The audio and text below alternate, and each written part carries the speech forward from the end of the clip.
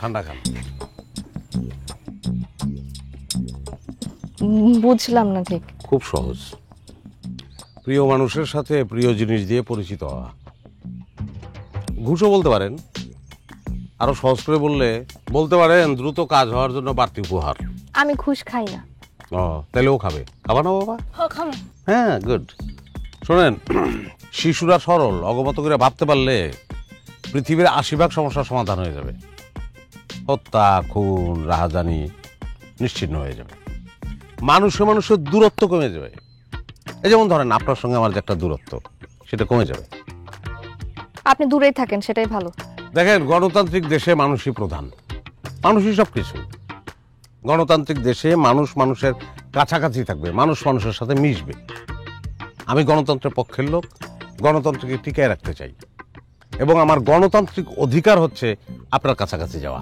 আমিও সেই অধিকারই বলছি, আপনি প্লিজ এখান থেকে যান, রাস্তা মাপেন। উপেক্ষা করতেছেন? না, গণতন্ত্র চর্চা করছি।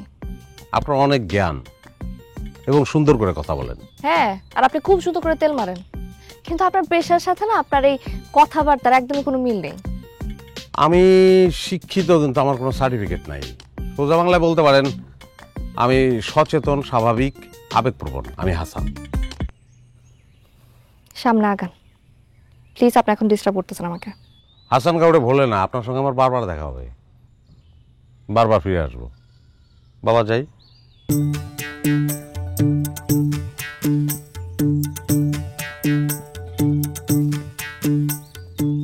খালারে তাকাইতে বলো।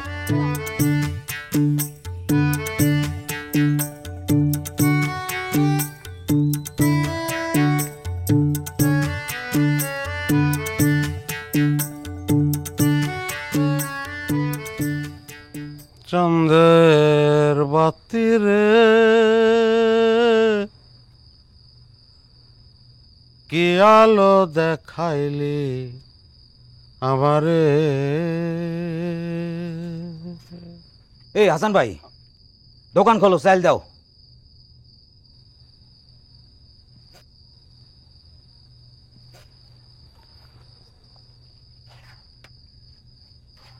তুই যেমনে কথাটা কইলি, মনে হয় আমার কাছে অনেক টাকা পাস তুই। কি যে কও না ভাই, ঘরে চাইল নাই, চাল দাও।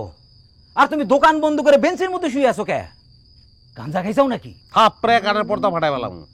তোর বাপের মতো মনে করো সবাই দে।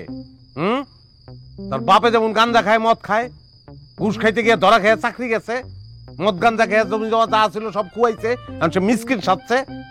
ওরে মনে করো সবাই দে। চাল বেসপুরা তোর কাছে যা। আইছে আমার শাহজাহান। চাইল মনে থেকে তুমি একাই বেছো? বাজারে সব দোকানে চাইল বেছে। যা, সব দোকান থেকে চাল নে, তোর কাছে চাল বেসু না, যা। আমি যদি এক বাপের পোলা হয়ে থাকি, তোমার দোকানে আর আসবো না। আইস না, আই ডোন্ট কেয়ার।